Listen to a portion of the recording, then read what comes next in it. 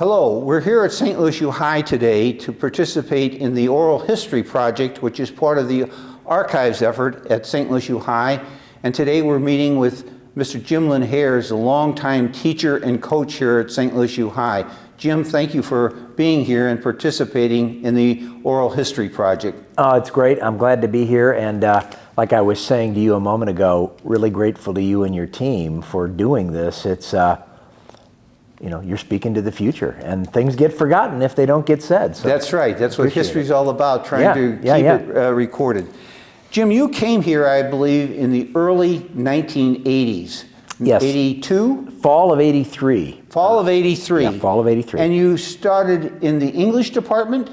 I started in theology. Oh, theology. And worked 4 sections of theology the first year, and then the next year was recruited over to the English department for half my load for 3 years. Oh, I see. So I taught junior English for 3 years, and then back to full-time theology. After so that. Most of your long career has been in the theology department. That's right, and all years that I was involved as a teacher always had seniors, almost exclusively seniors. Juniors in English, 1 year of having freshmen in theology, but the predominance of my years in the classroom with seniors. Seniors. Jim, who hired you as when you first came here? Who is the person on the staff? Yeah, Leo Dressel, Father Leo Dressel. Father Leo Dressel, who was what, the principal at the time? He was the outgoing principal. He returned later as a 1-year president, but he was the outgoing principal, and the current principal, the brand new principal, was Paul Owens.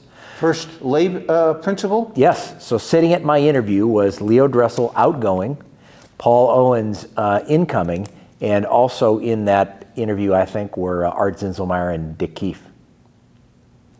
Some long-time St. Louis U High faculty members. What was it like? One of the things I wanted to explore with you, while you taught here for 43 years, you're not yourself a St. Louis U High grad. Yeah. And yet many of the faculty, really a high percentage, are St. Louis U High faculty. Was that at all difficult to adjust? And do you think that's healthy in terms of, not incestuousness, but is that balance, which is now what, 35% of the faculty, well over a third, are St. Louis U High grads? Was that any kind of a challenge for you as you came in, not as an outsider, but as a non-St. Louis U High grad? Well, it is a thing. When I walked in here, the presence of alums was so heavy on the place, and still is. You're just aware that the place has been around forever, and that people who went here are really, whether they're walking the halls or not as teachers, they're frequently in the building, and the sense of them being in the environment is just so huge. So yeah, for a while, it was like, I'm the outsider. Either I felt the outsider because these families had been around forever, or the teachers had been around forever, or there were a lot of alums. It took me a while to feel like a genuine SLUH insider. So that's a thing. But I had a couple of advantages. I'd been to St. Louis University, and I'd been to Fordham University. So I felt tight with the Jesuits. So that made me feel at home. And I had buddies who were St. Louis U High alums from the class of '77. I had met these guys in college. They became some of my dearest friends in the world. And so when I came to SLUH, I would say, well, I wasn't in the class of '77, but I'm a buddy of Mike Murphy's, Tom Gelsinski. Yes. These were guys that I knew really well. So the place was warmed up to some degree for me. But it was an adjustment. It was. Yes. Yeah, it was. Jim, another thing, when you came in the early 80s, was there any female faculty members? Yeah, there were a few. Mary Lee McConaughey was here, and she was really a well-established presence, in classics. And so she had kind of an aura around her. The librarian was a woman here. We had a French teacher who was a woman.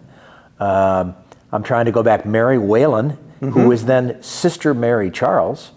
She was the head of the theology department, and she helped me get word that the job was open. Mary Whalen, she now goes by Mary, she told me about the job. And if not for her, through College Church, where my wife and I were parishioners, I might not have even known soon enough to apply. So always grateful to Mary. So yeah, so there was a presence of women in the building. There weren't many, but there were some. What was it like over the years as the number of women increased rather dramatically? I mean, like you say, in the early days there were hardly any women on the faculty, and now there are a substantial number of women faculty members in every department almost. Yeah, well, it's hard to imagine SLUH today without them. I mean, these are brilliant women. They're really gifted. They're the best at what they do, otherwise we wouldn't have hired them. So we're hiring tremendous professionals, as teachers and staff members here. But they bring a very unique contribution that our guys need. I mean, the voice of women, their experience, their perspective on things, I'd argue that it's just vital, even on its own, apart from their expertise in their disciplines. And some of that is difficult, right? I mean, Yes. you have to say, we believe in same-sex education. We think there are all kinds of advantages to it and wonderful things that result from it for our guys. But they have a blind spot about relating to women. And the fact that we have women in the building who can help them work through that, sometimes somewhat painfully.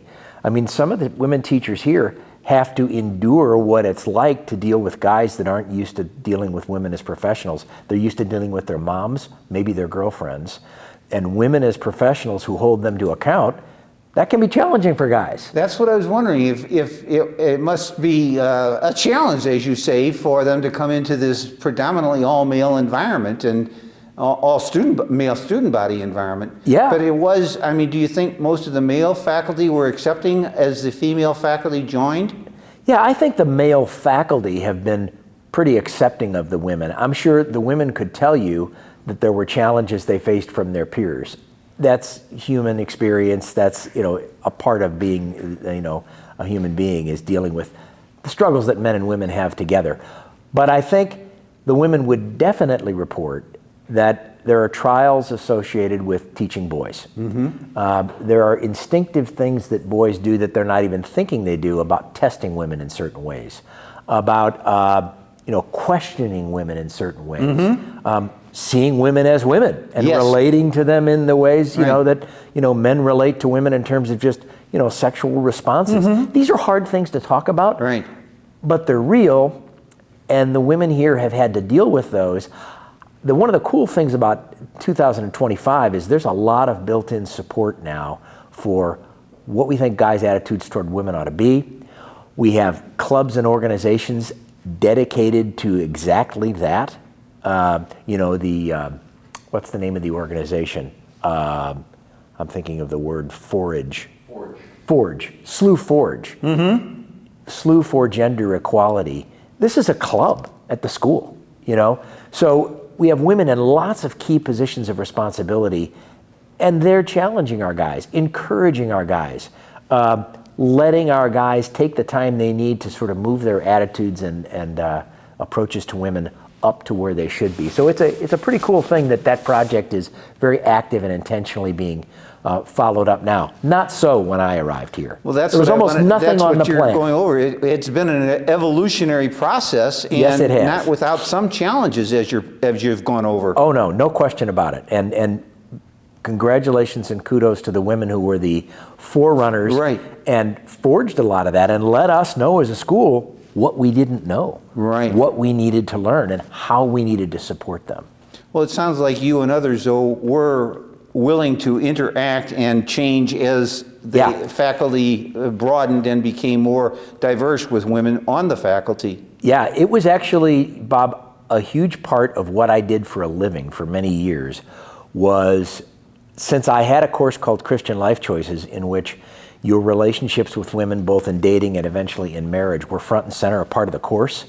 I taught our guys about the steps that were involved in becoming sort of a sexually mature and responsible person.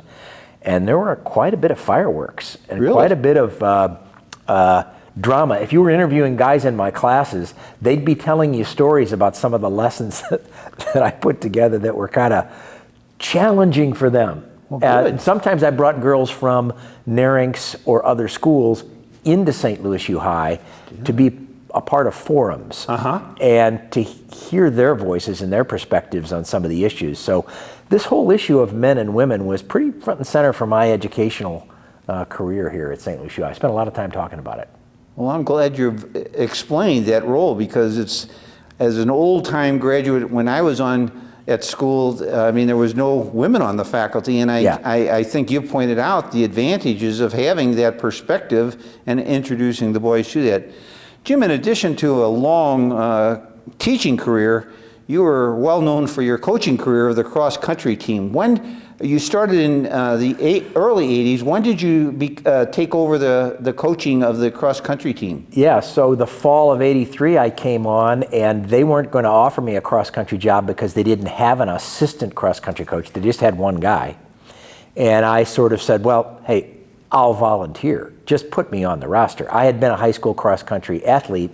That's what I wanted to ask. You yourself were a cross-country athlete when you were in school. Yeah, I ran at Prep North, which is a small high school seminary in North County. And I'd been a cross-country athlete and a track athlete, and it had had a profound influence on who I was and how I grew. And so I couldn't imagine not being involved in cross-country when I got here. So I asked, they said, well, sure, you can volunteer. We got some guys out, you know. And Father Jim Goki, who was then Mr. Goki, a Jesuit scholastic. He was the head coach. So he was running the program. He was a cross-country alum. He had run for St. Louis U High and had been a competitive runner for St. Louis U High. So they bring this ASC guy on and they give him the program. And so he was happy to have an assistant, right? So I was his assistant. And then, kind of a cool story, he goes on for his Jesuit formation, and when he becomes a priest and is assigned to St. Louis U High, he came aboard as my assistant. Really? So then we had another chapter of our career as co-coaches.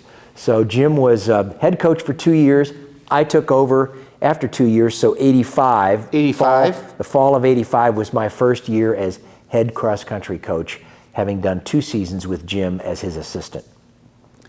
What was it like with, I mean, yourself being a cross-country athlete now teaching these young boys? Were they receptive to the demands of and the discipline of cross-country?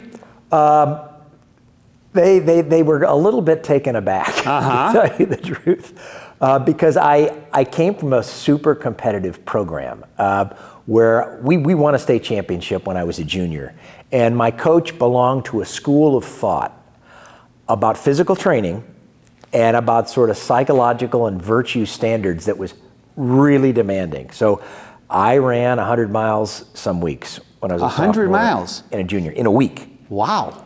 And I was held to sort of standards of behavior and approach to competition and approach to your competitor that were really demanding and tough on me. Sometimes too tough and sometimes almost traumatic for me. Yeah. But when I came to SLUH, I had this in my gut about what it was supposed to be like to work this hard, aspire to this much, and be focused on being a quality human being. So I brought all that. And I remember early in my cross-country coaching career working with Jim Goki and saying, hey, we got to start doing some of these things that are really difficult. Mile repeats are a classic sort of a workout that guys who are into distance know about, but you basically run 5 miles one at a time, really, really hard with a relatively short rest in between. It's a killer. Running up hills, repeatedly bounding up the hills, doing things that are really rough physically for you, in addition to just running a lot of miles, you know, running a 9 or 10 mile run.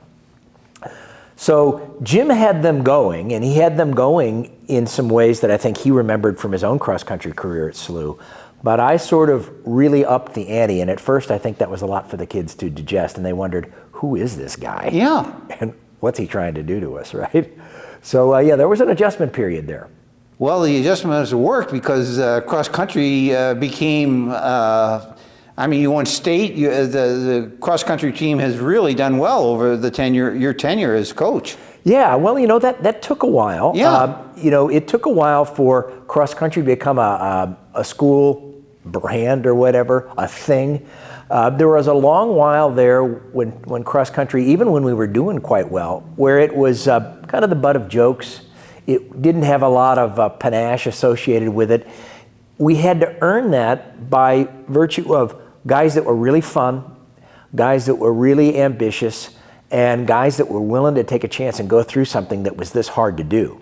So by the time we got to the late 80s, I was starting to get groups of guys that were really having a blast at this and were realizing, okay, coach has the bar set kind of high. Am I willing to run in the summer? Am I willing to run all winter? Am I willing to sort of make this the focus of my co-curricular life at St. Louis U High? And some of them were. Yes. Plus, they were a ton of fun. And what I had tried to do as a coach was, next to all that hard work, was to really embrace community and enjoying ourselves and letting some of the personalities on the team come out, let them have a role in establishing the tone of the program so that it wasn't just all work and no play. And that took a while for me to figure out how to draw kids into that, how to run a program that had all that discipline and all that effort and hard work that was still at the same time community and fun. But once we got that rolling by the late 80s, the numbers really started to build. And the word started to get out that, yeah, you run a lot, it's hard, but it's cool. And you've built a sense of community among these, the members of the cross-country team. And once that that's started, what you were known for. Yeah, once that started to happen, I got so much out of it. Great assistant coaches came my way, some of whom had run for me. Started to be a cycle of those guys that would come back to the program, and when they were in college and when they were in grad school, they would add to their life kind of a stint as an assistant coach. And that helped a tremendous amount. People at the school who were working as teachers started to see that this was pretty cool, and they'd come in and join in as assistant coaches. Because by the time we got into the sort of 70, 80 to 100 people out, I needed a squad of 9, 10 people to get them to help manage the guys so that they had... The program had grown enormously. Jim, you were here over 4+ decades. You served under or with a number of different presidents and principals, a couple Jesuits, some now non-Jesuit. Did you notice changes in the administration with the turnover from the different presidents and principals? Yeah, I did. And how did it affect you as a member of the faculty, both the theology department and as a cross-country coach? Yeah, I think St. Louis U High has had moments when it was on the cutting edge of change and was really looking at the world and looking at the way school was done. And then other periods of time when, hey, we're at the top of the heap and we were sort of focused on ourselves and there weren't a lot of reference points out beyond us. We were never too far in one direction and not at all in the other. But when I came, I think we were a little less focused on the world outside beyond SLUH. Jerry Sheehan, who had been before me, I knew Jerry as a member of the community and as an administrator who was assisting the president. I didn't know him in his role as principal and academic leader. But during his time, he had really opened SLUH to the world. We got Chinese, we got Russian. We started talking about what computing was how computing was going to be reflected in the curriculum. There was a period of time when I think we weren't as focused on the rest of the country and the rest of the world. And my early career felt a little bit like that, where we were sort of focused inward and not outward. What I noticed most, I think, over my 42 years, was SLUH began to look outside itself for where the standard was. Where was the standard in language instruction? Where was the standard in school administration? Where was the standard in HR and personnel policy? Professional development for teachers. And we began to really look outside ourselves for where the bar was. John Moran, who was the guy that hired me, is one of the people who most are like that, I think. in my And own John history. didn't come from this part of the country. John came from the East Coast. He had a different perspective because he came from elsewhere. Yeah. Yes. And you know, when you're a tradition-bound place, a whole lot of that tradition you have, it's an engine you want to keep running. You don't want to mess the thing up. It's fantastic. And yet, there were ways in which I think it was time for us to look outside ourselves. And John was a guy at that moment in SLUH's history when he said, we're going to take a look at the East Coast, the West Coast, we're going to look overseas, we're going to really broaden ourselves to participate in some of these large professional development organizations that are out there talking about what schools can and should be. And things really began to change more rapidly after that. Well, that's why I ask about the percentage of SLUH high grads on the faculty, whether that, like you're very ably explaining, we needed a broader approach than being too traditional bound, or not too, but too self-focused. Yeah, I think there was a time when SLUH hiring from within or from our alum ranks was pretty reflexive. Hey, this guy knows us, you know, he came from St. Louis U High, he's going to get it, we bring him in. And by the way, there wasn't a lot of emphasis on training and preparation of teachers back in the day. When I came, they said, we want you to teach a course to seniors that has marriage involved in it. Good luck. Oh boy. You're married, right? Yeah. And I said, Billy, I just got married in July. Yeah. And I'm going to start teaching in August. Yeah. And they literally said, good luck. Wow. I called the course Christian Life Choices. I pulled some readings together. Me and a Jesuit scholastic that I was working with kind of fought our way through what the course should be about. Very few people ever came in to see what I was doing, and they just trusted that, hey, you came from Fordham, you came through Jesuit education, we trust you, go knock it. Wow. Knock it out. That gave me a lot of flexibility to invent what I wanted to do, which I really appreciated. But on the other hand, there were all kinds of things that I needed to learn probably through formal feedback and evaluation that I didn't necessarily get. SLUH was hiring a lot of alums so that they could come in and fly the plane because they knew how the plane worked. Yeah. We're still hiring alums, but I think now the cool thing is when we hire an alum today, it's because we've looked at that guy and we've said he brings something extraordinary. Yes, he knows us, but Chris Berkey, who's an alum from the class of '09, who's now in our counseling office, Chris was the right guy at the right time for St. Louis U High, and we have a hiring process and a post-hire support process for teachers that isn't just about insiders coming back to school. It's really finding the best men and women, supporting them well, helping them get to where they need to be in the classroom, which we don't regard as something automatic. So yeah, that's been a dramatic thing that I've noticed is teacher support, hiring, training, and kind of openness to the world far beyond SLUH, which I think Jerry Sheehan started us with before I got here, but which kind of came in waves over the course of many years, ups and downs. Depending upon who was in the key role of either president or principal, and their emphasis or priority in terms of how they approached things, That's right. Even, Bob, I'll tell you this, not to kind of go on and on about it, but go ahead, please. Right now, under Matt Stewart and Kevin Foy, Matt principal, Kevin Foy assistant principal for academics, we're kind of in a in-house mode again, in a very good way. We did a bunch of conferences, even national and international conferences, and sending people out to places to learn. But what we realized after a long spate of that was we needed to get our departments and our own curriculum together and really be teaching one another what was going on at St. Louis U High. You used the word collaboration, right? We are a very collaborative school today. Departments collaborating inside departments, departments collaborating across departments in an intentional way that's actually written down on paper and tracked through professional development. We did not used to be that way. You came into the theology department and you had your course and you taught your course and they were expecting you to do it well. How much were you talking to your colleague? Maybe not necessarily very much sometimes. Some departments really collaborated, others didn't. Right now at St. Louis U High, collaboration inside your department and across the school, built in, has to happen. That wouldn't have happened if we hadn't turned back inward towards SLUH and said, all right, we've done a lot of consulting about best practice. You know, thanks Dr. John Moran. what do we need to do now looking back at how our school works, how it's designed, how our schedule works. And we spent a lot of time in the last 7 or 8 years really getting St. Louis U High to a much better place on its own terms.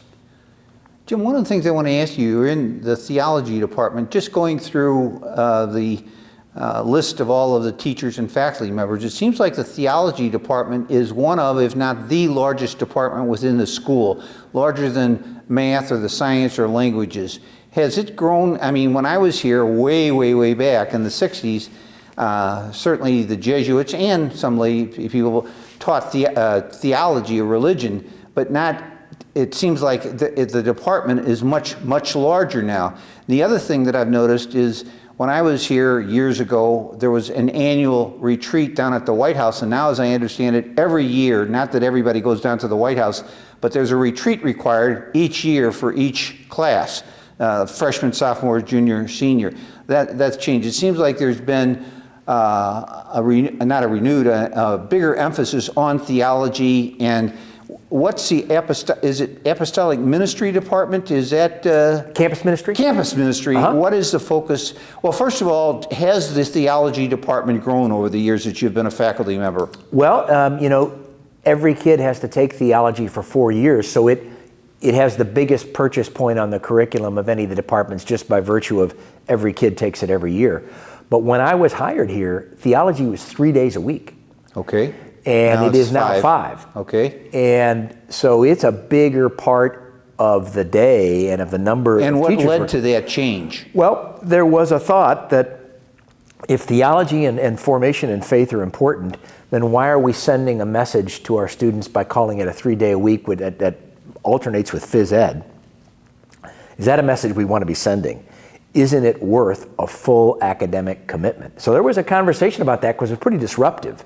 I mean, the schedule was what it was, and to change it, you know, something's going to bleed when you cut an organism, right? So that was challenging and it was difficult, and we had to make our case. And ultimately, when we put the case out there, this is the theology faculty. The theology making your faculty case? Putting our case out there, saying, you know, we really think this needs to be 5 days a week. It's that important. And the school took a hard look and did the surgery and made the cuts, and we rebuilt the schedule so that theology could be 5 days a week as it is now. And yeah, that's a lot of people, and it requires a pretty big faculty. So yeah, it's grown, but your point really about growing the formation program is right on point. We eventually developed one of the largest campus ministry staffs that I'm aware of in many schools. So we had a couple of folks full-time and many folks part-time. And then we began building out. David Laughlin, I think, deserves a lot of credit for this. David was one of the more important leaders I ever encountered in my time in education. And he believed that the formation program, both in theology and campus ministry, was incredibly important. And it was because of David and because of initiatives like the theology department initiative that said, why not a retreat every year for every student? Why shouldn't there be a 4-year approach to service? We've got this gem of senior project, but what are we asking of kids before they get to senior project that's going to help them understand what it's like to serve in the right spirit and to learn what it's like to really be attentive to the needs of others? So now you've got a freshman service program that's in place, and you've got service programs that are participated in by members of all the classes across 4 years, and of course you've still got senior project.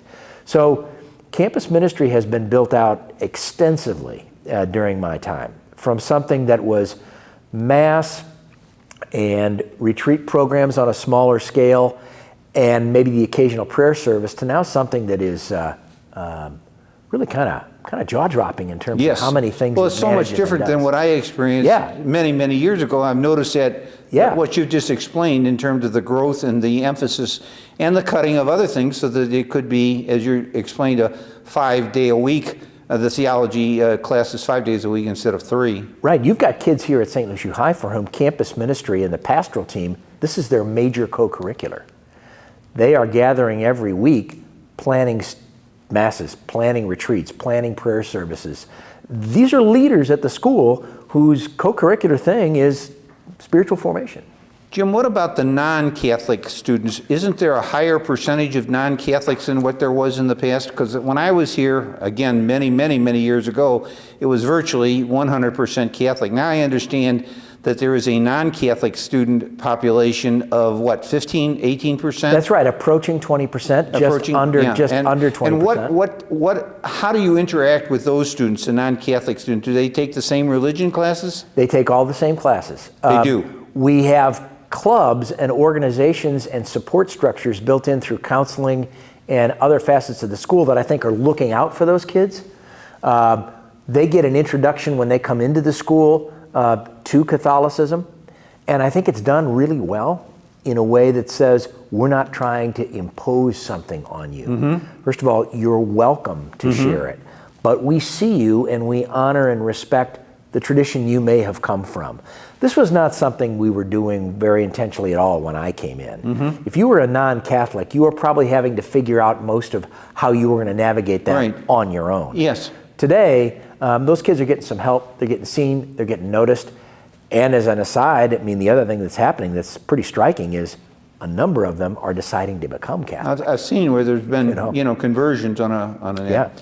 Jim, changing emphasis just for, I know you've been involved, electronic devices have come into the scene during your career. I mean, when you first started, there weren't cell phones and all that, but over the years, devices, be they smartphones or whatever, have become a big challenge. And I know you've been part of the schools trying to, as many schools are trying to deal with the challenges posed by electronic devices in terms of how students use them. Could you relate to me what you and the school have been doing over the years to address this, what we all consider to be a mounting challenge as to the effect on young minds? Yeah, sheepishly, I'm a bit of a futurist. I went nuts on this topic for about 15 years.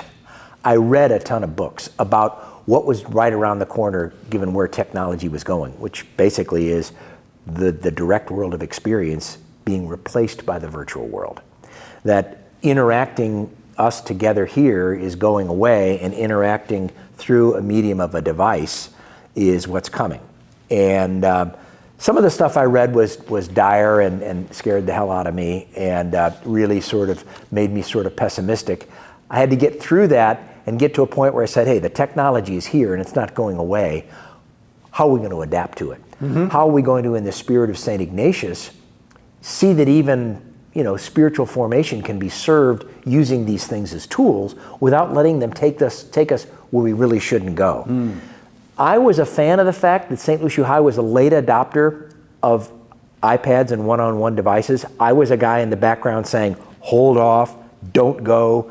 You're jumping to these devices, all these schools, you're jumping to these devices before you even know how or whether they're really going to work, which I'm actually really convinced of. The Catholic educational system got taken. We got swept up in a current of sort of unconditional faith in technology that I think if we were doing it again, we would take back a lot of money and we would move much more slowly. SLUH was a late adopter, and I was glad that we were a late adopter. I was hoping we'd resist even harder for a while there, the devices and the phones, but the devices and the phones came. Mm-hmm. And for a short while, we, like a lot of schools, the phone was getting the better of us and the device was getting the better of us.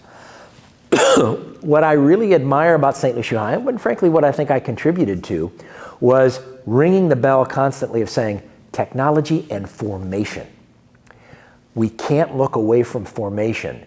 If we can use the technology for good academic formation, great. If we can use the technology for good spiritual formation, great. But let's admit that in order for us to educate and form students, we're also going to have to close the things. We're going to have to put the things aside. We're going to have policies that say they don't take them on the retreat. That took a while. It took a while to even get something like that done. Not to take them on retreat. Not to take them on retreat. Oh, yeah. It took a while to say, you can't have that phone out in school, but we got that done. Once upon a time, I guess this is probably going back 12, 13 years, I had about 200 signs made, metal signs. Mm-hmm. You can see them around the building, mm-hmm. and it says technology and formation. And it has several iterations based on, you can use the phone here, you can't use mm-hmm. it there. make a habit of good use of technology, and that you got to develop good habits around the way you use technology, and here are some rules. You'll see those signs. They're still they're still up. So that was kind of my baby. But you don't allow the students to use it during the lunch period, do you? No, they Which can't I think use is a phone really good. all day long. We were an early adopter because I think me and others really got involved. We were an early adopter of the no phone throughout the school day policy. A lot of schools are catching up to us now. Our kids have not had phones in the cafeteria now for many years. Good. And I'm proud of that. And I think there's going to need to be a lot more conversation about how to paint bright lines between on and off time. Because not to get all weirdly futuristic on you, but we're not far away now from the days when the device will become embedded in the person. It'll be at the eye, it'll be on the glass. Who knows what it'll even be. Right. If we don't get in the habit of protecting the off time, when it needs to be interpersonal, when it needs to be spiritual, when it needs to be grounded in nature, when it needs to be attentive to God, I think we're going to be in deep trouble. Because the device isn't the real world. It's a mediated world. Right. And it's important for people to talk. It's important for nature.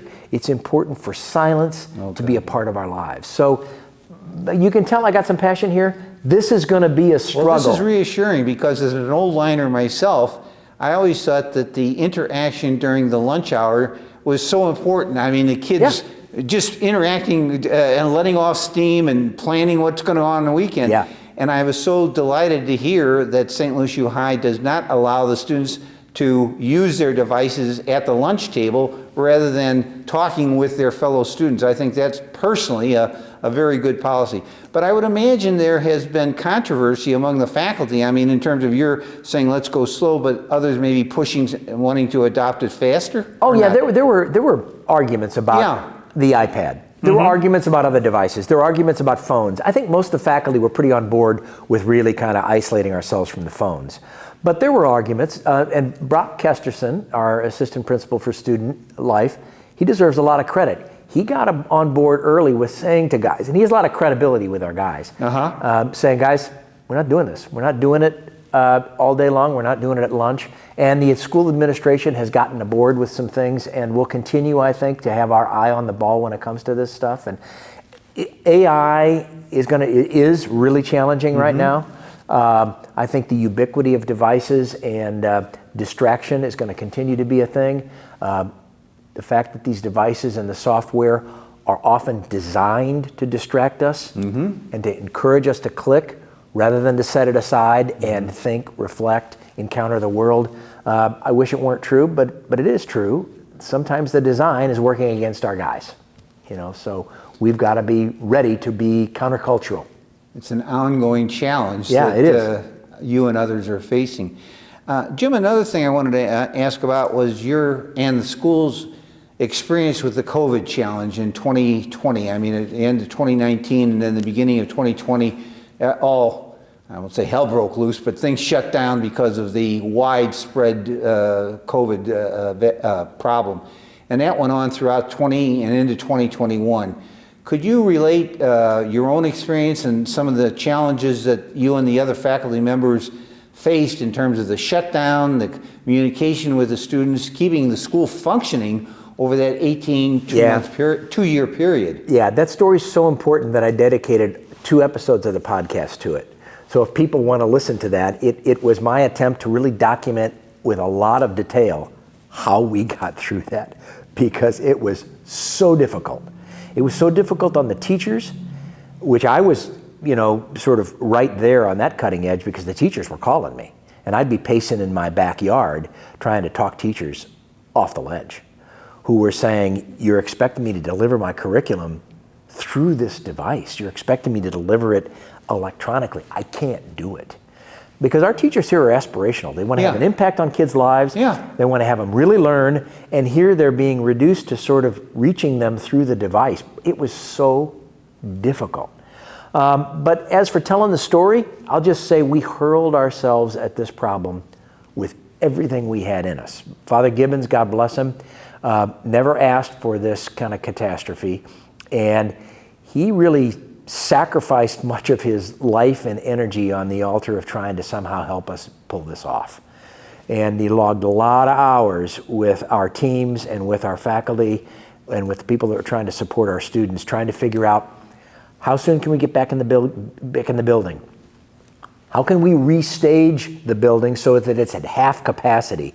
Let's build a custom schedule for half the kids are out, half the kids are in. Let's retrofit all of the classrooms with cameras so that the teachers can see some of the students and the other students who are at home can see the students in the classroom. It's a story, Bob, that really testifies to the level of passion and commitment to St. Louis U High has to its students. We didn't just relax and say, well, what are you going to do? Yeah. We did everything we could to get them in here for the number of hours we were allowed, to deliver the highest quality material we could to them via this remote thing. Our teachers just broke themselves on the rocks of trying to prepare these classes.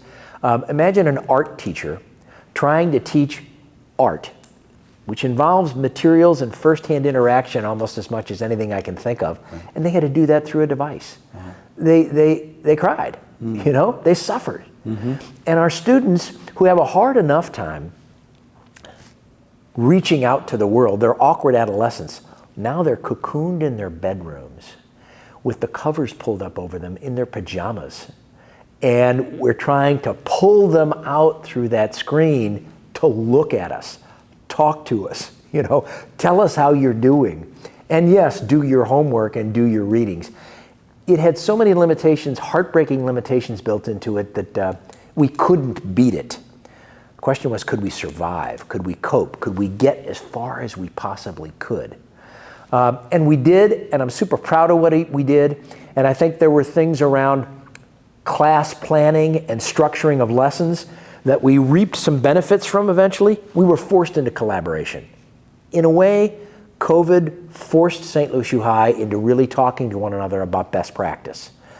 Once we got loose of COVID, and I'm very grateful for this given my suspicion of technology, I think we stepped further away from the virtual world. And we were more and more convinced of how important it was for kids to be at school. You know, we don't have cameras wired up in all of our classrooms now. We do not allow kids to opt out and go virtual. We've drawn a bright line there. Being at St. Louis U High means being at St. Louis U High. I don't know that the rest of the world has come as far back as we have, but proud of what we did to cope with it. It's a long story, and proud of the fact that I think we've reflected on it since, and we've done about as good a job as I think you could do of getting a hold of our guys and saying, hey guys, I know that was traumatic. Can we make sure that those podcasts are kept in the archive so that we've got that history that you've so well articulated? But that is an important part of the St. Louis U High history, recent history. Yeah, I would really urge people, if they're interested in this, to take a look at it. It's all up on the web. It's all archived. It's on iTunes. It's on Spotify. Will Linhares, who's sitting in on this conversation, he's the editor, and it tells a story that is heroic. I'll give you one example. Jeff Pottinger, who teaches instrumental music, he was beside himself. How am I going to teach instrumental music, which involves playing together? When I don't have my kids together. Here's what he did. He consults with a super high-powered, high-tech editor musician in New York. And this guy develops a piece of software which gets all of our kids' individual tracks that they've recorded at home, and he finds a way to blend them into an orchestral piece that you can hear performed. And that the kids could then share back out to their community. Longer story to tell, but I'm just telling you, this was super hard to do, and Jeff and his buddy did it. And you can listen to it on the podcast. That's quite a story in itself. Jim, another thing, over the 42 years you've been here, the student body has evolved and become more diverse. Which is a good thing. But certainly there must be some challenges, and I know this is a somewhat delicate subject, but when you have some students of whatever background, but coming from broken homes, very limited background, it has to be a challenge to mix those with, and not just the West County kids, but kids who come from well-to-do families, solid families and that. Has there been a tension in getting those students involved? And I know there's a St. Francis Fund that helps them. Not only do they give them funds for the tuition remission, but to help them that they can participate in other activities. Could you go over some of the challenges that you've been aware of and have witnessed and participated in terms of the diversity of the student body over the last 40 years? Yeah, well, you're asking a huge question. Yes, I know. And it is such an important one. You know, I think St. Lucie High has always been a loving and compassionate community. There's never been a time at St. Lucie High when our men and women who teach here didn't care about each kid. One of the first things I noticed when I came here is, yeah, it's 1,000 boys, but it feels a lot smaller because the faculty and staff care so much. That's always been true.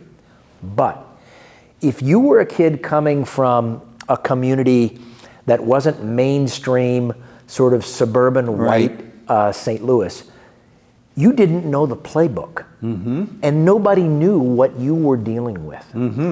And you were to a large degree on your own to decode SLUH and to figure out a way to cope with what you didn't bring to the table.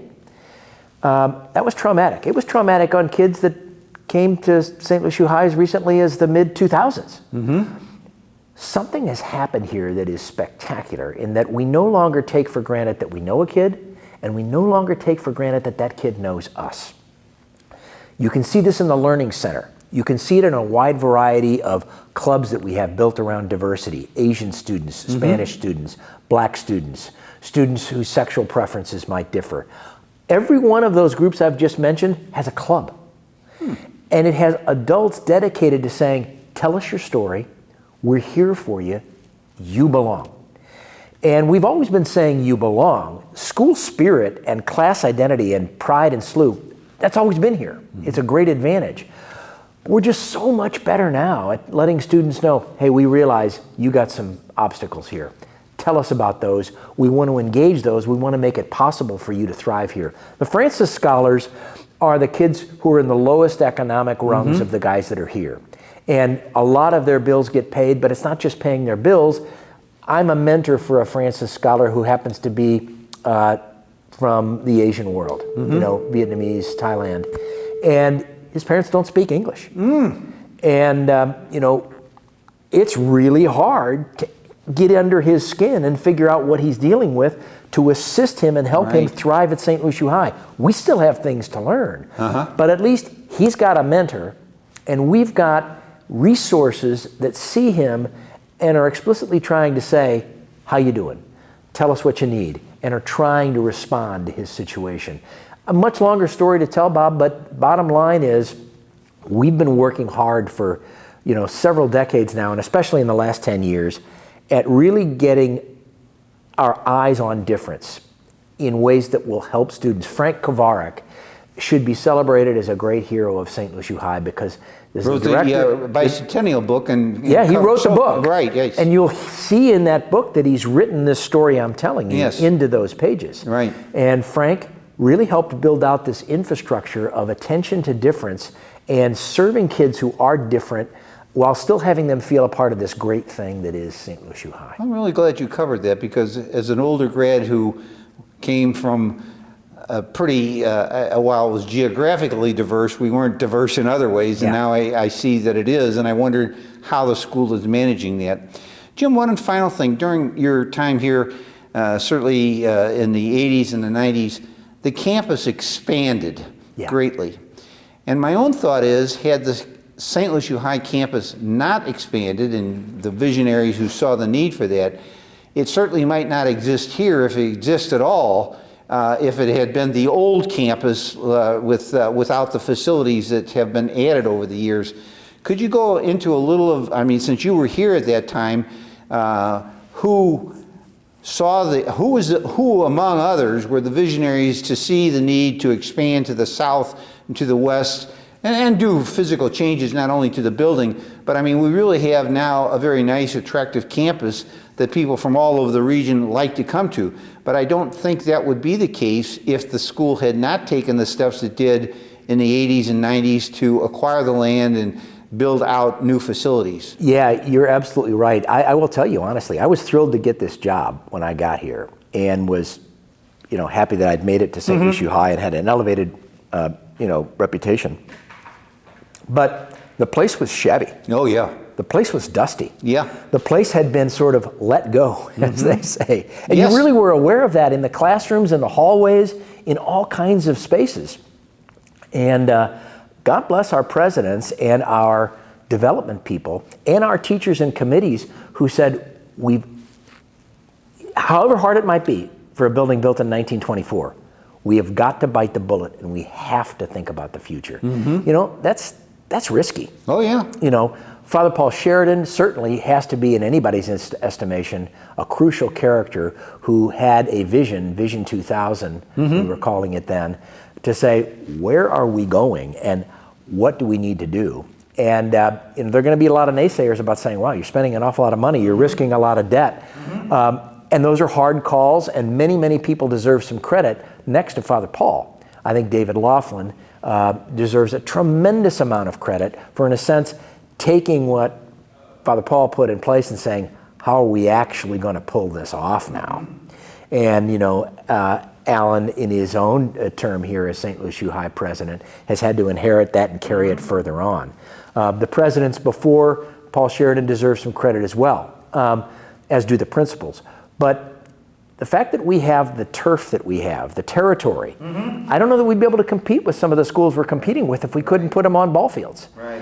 It's very personal to me because I was the track coach here in 2004. I became head track coach. We had a 360 some odd meter track in a facility that flat didn't work. And that was just sort of visiting with the football people. And it wasn't really its own facility. What courage it took to say, we're going to build a track facility that is going to be state of the art so that the track team has a home and the soccer team has a home. And I got involved there because I was the new coach and got to meet some of our donors and alums who are leading that effort. And I really admire the courage. It wore me out, frankly, getting involved with that task, because it's worn out all kinds of people to figure out how to redesign Backer Memorial, how to build out an arts wing, how to put a field house sitting over here, and how to get that done within budget. The myriad problems that these expansions require and the risk they take. It's been inspiring for me. I know some people probably ask questions, you know, where's the line? Are we overdoing it? But in balance, I think we did what we had to in order to reach today, which is just a few years away from clearing that debt with a facility now that, you know, though it still has issues and problems, we can really be proud of and says to the community, send your boy to St. Louis U High. It's a beautiful place.